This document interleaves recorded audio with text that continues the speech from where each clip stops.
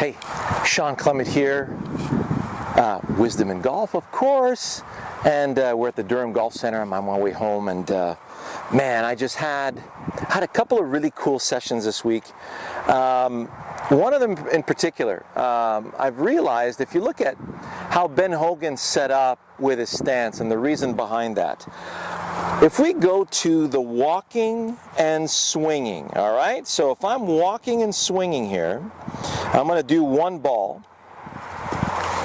So my arms are going into the backswing.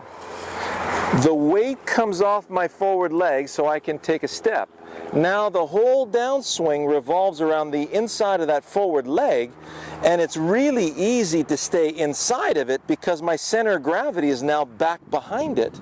And then the arms come through, and then from there the weight is taken off my right side, and then I can take a step and the weight goes back. So I'm looking at that and I'm thinking, well, since I'm pasting it, and you know, if I swing back and through without stopping here, and I get this amazing sensation of brace when I'm doing that. So let it cut, let it cut, and it just feels pummeled. So if we look at how that center of gravity works, and when we're looking at, we'll call this the diagonal stance, right? So if we drop that lead or that trail foot back, what I'm looking for is basically two things. I want my momentum to start in the direction I want to start the ball, and I'm looking for the low point to be in front of the ball. So if I do this, well, now that ball is way too far forward, isn't it? So I want to feel like when I do that, when I'm taking my stance and I'm dropping that lead, that trail leg back. If you look at George Knudson, look at some footage from George Knudson. He did that a ton, and he was one of the best ball strikers out there.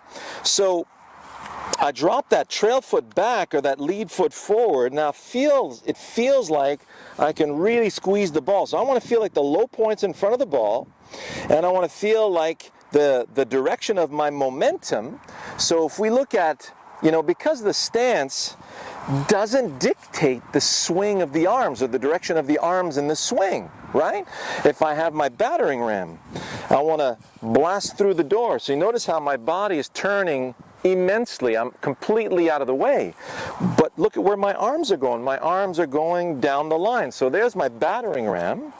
So if I'm going toward that, I have a nice little tree here in the distance, about 200 yards away. I got my 6-iron in my hands here. I'm downwind. So I'm going to go toward that tree right there. I take my diagonal stance, and I want to feel like I'm moving the momentum in that direction. But you notice how my stance is not matching up with that direction. But the backswing is, isn't it? So it feels like I'm moving in that direction right there. So, out of the way, out of the way.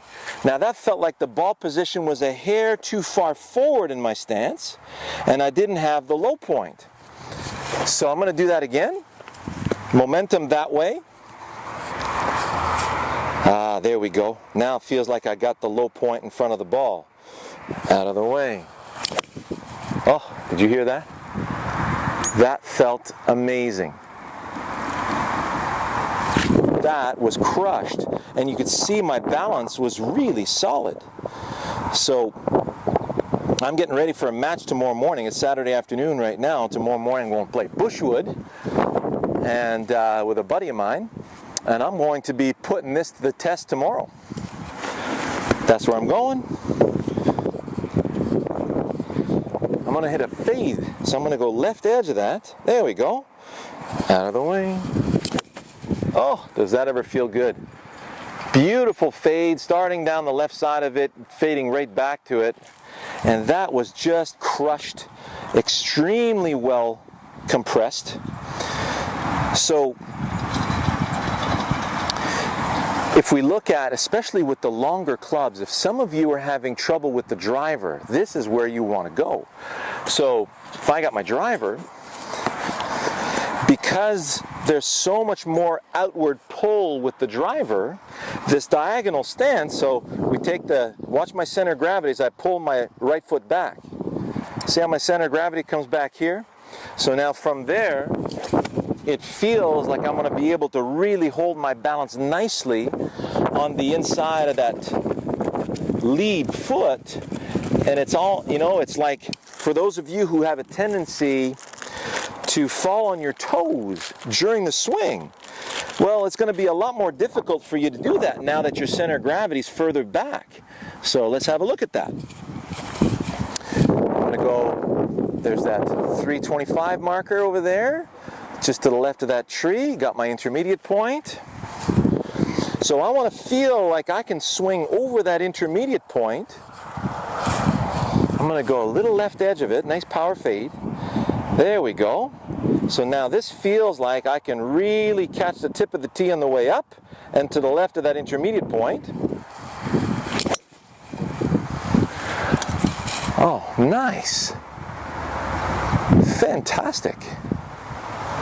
I think we're going to have a great day of golf tomorrow, you guys.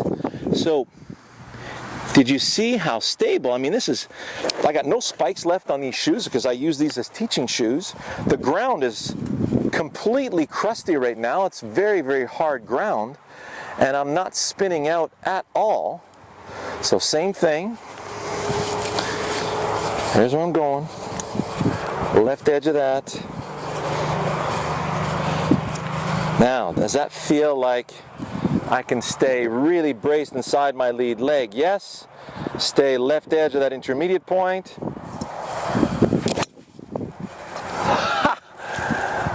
Oh man, that feels so good.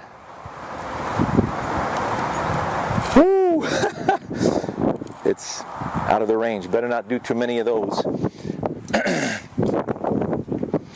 Did you see, by the way, the Canadian Open's playing this week is so hard and crusty. It's never played that long before. These guys are hitting drives at 380, 390. Absolutely crazy. So let's do one more. We're going to do draw this time. So I'm going to go Pine Tree to 325 marker. Does that feel like I can start to the right of that 325 marker, catch the ball on the way up? Yes, it does. There, that's even better. It really feels like a one-leg drill. So, but it really feels bolted. Out of the way. Out of the way. Wow.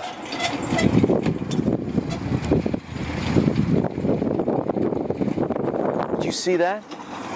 I am so bolted right now. So we're onto something. We're adding another dimension to the stance. And understanding that, what leads us, this is what's so much fun about wisdom in golf. Because we understand anatomy and we understand how the brain works, we understand that we're gravity geniuses and we have a long club in our hands and, there's this big, gigantic G-force pulling on our bodies. We need to be ready for that dynamic motion. And now that we understood this a long time ago, but understanding that the swing of the arms and the body turn are independently done. The arms you give to gravity, and then your body responds to the pull of gravity and gets out of the way in both directions. That's how you harmonize the swing. Go back and see arms and body timing again. So it's not like you're getting ready to manipulate the club to meet the ball. That would freeze the body. It's like an architect getting ready to make a very precise drawing with his table. You want the lumberjack. You want to take that lumberjack, heave the axe, and deliver it to the side of the tree. So I'll bet you I would position myself like this with the axe so I can get to the side of the tree because that axe is so heavy. Really cool stuff. Can't wait to see you guys in the next one. See you soon.